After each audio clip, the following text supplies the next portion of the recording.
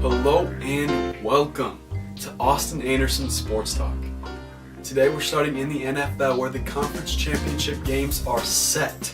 We have the Denver Broncos hosting the New England Patriots in probably the greatest quarterback rivalry of all time.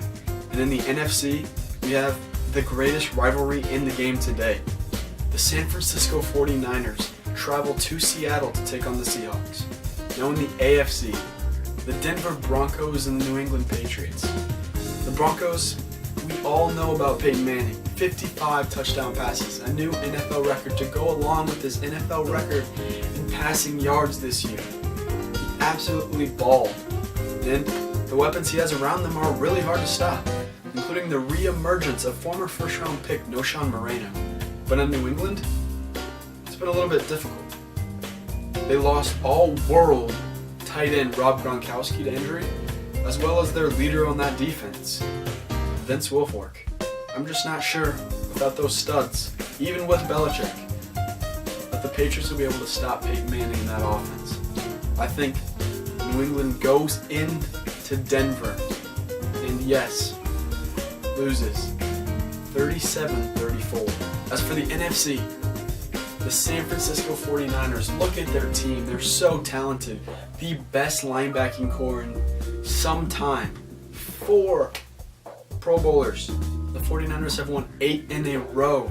And they're going against the Seattle Seahawks team who has struggled the second half of the year a little bit as far as their standards would go. I believe San Francisco is the more talented team. And going into Seattle is the hardest thing to do in professional football. I think San Francisco goes into CenturyLink Field, goes into Seattle, and loses 24-23. And that sets up a Super Bowl matchup of the Seattle Seahawks and the Denver Broncos in New York. And luckily for you, I'll talk about that one next time. Let's go to the future studs in the NFL, the NFL Draft, where the Houston Texans have the number 1 pick. Mel Kiper Jr., NFL Draft expert for ESPN, has Johnny Manziel going first overall. I mean, coming into the year, I did not believe in Johnny football. I thought second-round talent at best, and that's what a lot of executives thought in the league. I mean, he's most comparable to probably Russell Wilson with a similar frame, but he throws his body out there and he's prone to get hurt. If I'm the Texans, I'm taking as many calls as possible for that first overall pick.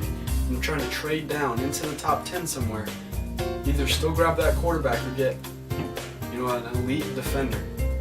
If I'm sticking at the number 1 pick, I'm taking Jadeveon Clowney. Guys who are 6'6" shouldn't be able to run 4.3 40s and just abuse their way to the quarterback like he does.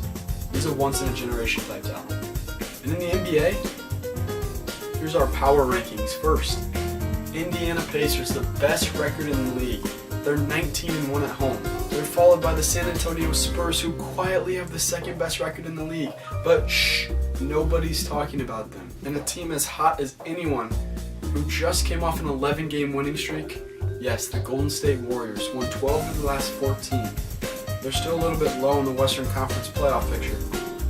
But with the way they're playing right now, they'll move up. And they'll contend. Fourth is, yes, your favorite, Miami Heat. Just lost 3 in a row, but Greg Oden dunked for the first time since 2009. And rounding out our rankings is the number 5 team, the Portland Trail Blazers, who are leading the league with 109.1 points per game. And for the future NBA studs going out there, keep an eye out for Joel Embiid. Yes, in the draft of the generation, with future LeBrons, Andrew Wiggins, Jabari Parker is putting up insane numbers. Joel Embiid is rising to the top of my draft board. I mean, to put him ahead of a once-in-a-generation type talent, Andrew Wiggins, is bold, but he has the biggest upside of anyone in the draft. I'm not saying a lot considering probably the top 7 guys could be number 1 picks just about every year except this year.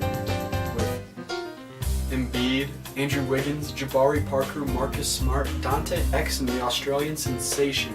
Whoever the number 1 pick is, we know they'll be better than Anthony Bennett, who is putting a whole new level to the word bust, averaging an impressive 2.4 points per game. Yes, he was the #1 overall pick. Alright folks, that's it for this week's show. Keep it real. Believe in yourself. Believe that you can do it because you can. Be yourself. Love yourself. Love everybody.